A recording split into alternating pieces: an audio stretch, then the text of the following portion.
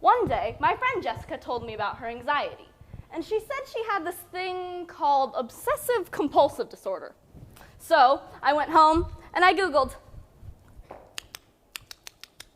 signs of having OCD.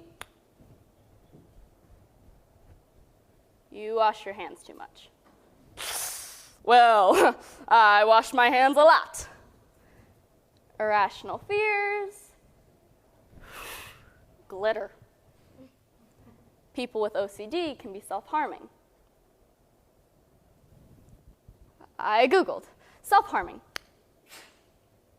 Self-harming can lead to attempts in suicide. So I Googled OCD and suicide. People with OCD are 10 times more likely to commit suicide than the general population.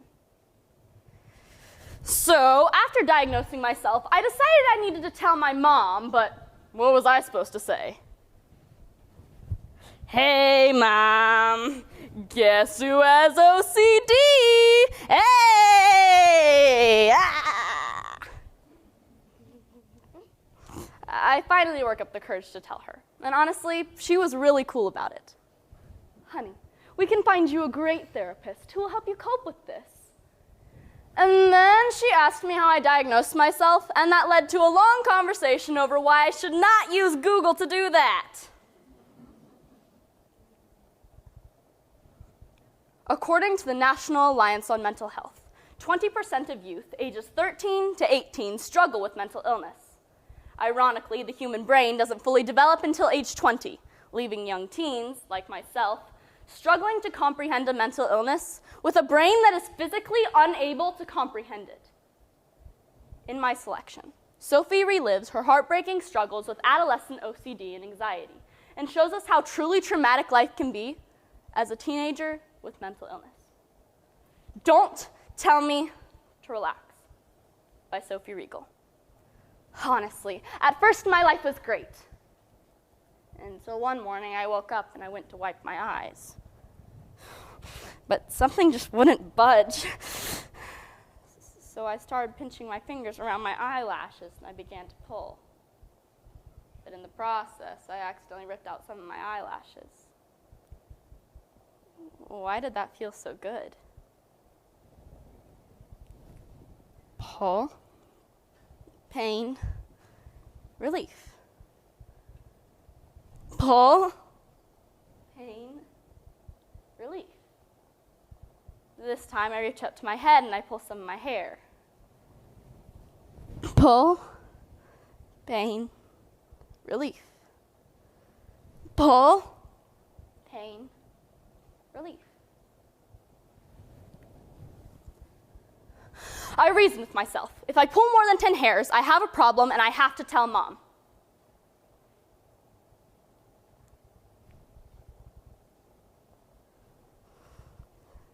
That makes 34.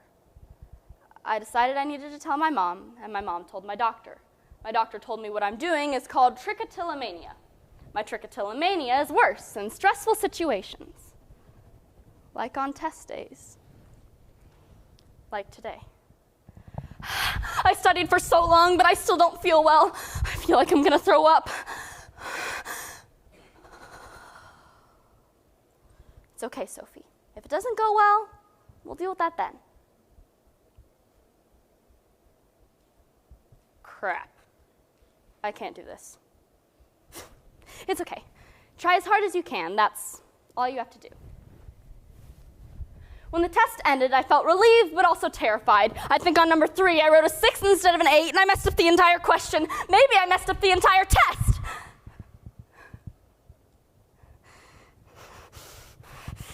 Dang it! Why do I do this to myself? The anxiety's getting worse. My therapist suggested that I talk to my teachers about my OCD, because everybody wants to talk to their teachers about their mental health crisis. Right? Miss S, I'm not exactly sure how to tell you this.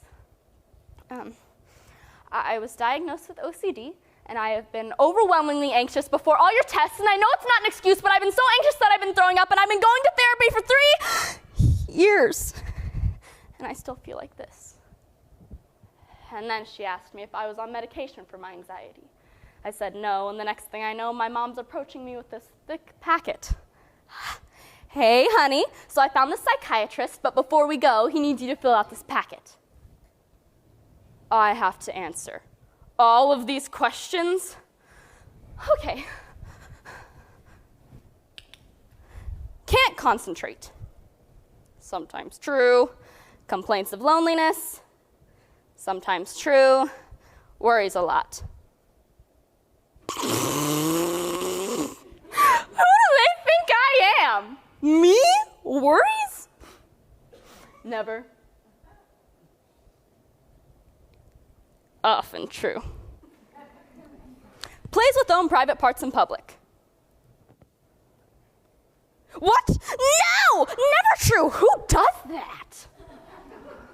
Sets fires on purpose to cause damage. Is physically abusive to animals. Okay, maybe I don't need a psychiatrist. There are clearly way more people that need help than I do.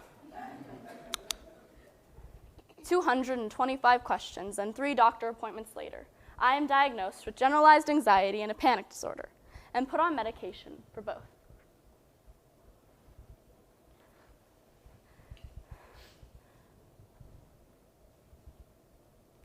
At first, I feel on top of my game. My life is great. A month into semester,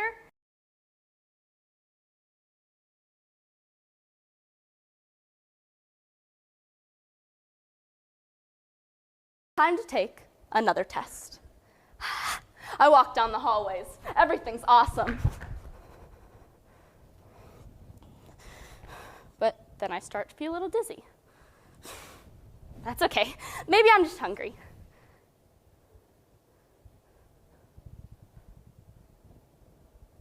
But then my vision starts to blur. This can't be another panic attack, right?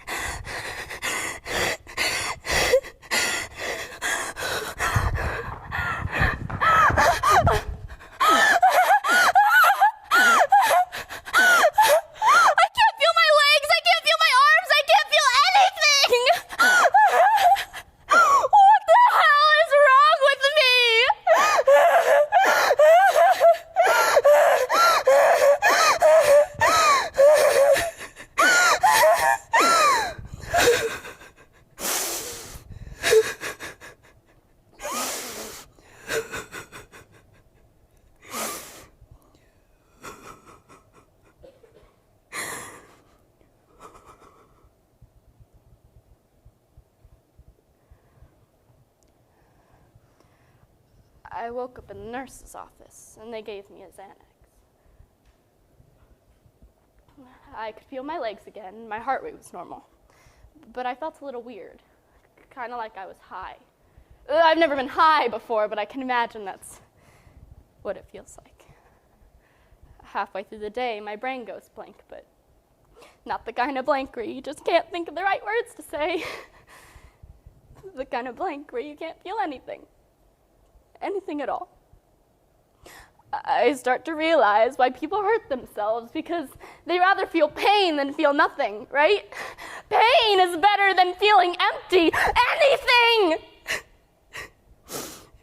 is better than feeling empty. Over the next few weeks, I have at least one panic attack a day, and the days when I only have one are my good days. I start pulling my hair again, my therapist is worried, my doctors are worried, my teachers are worried, my mom's worried.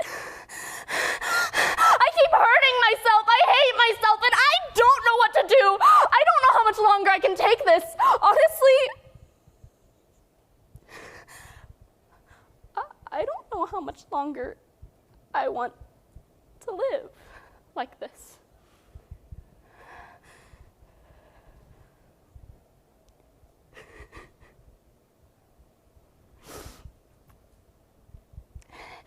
Mom, please don't be disappointed in me.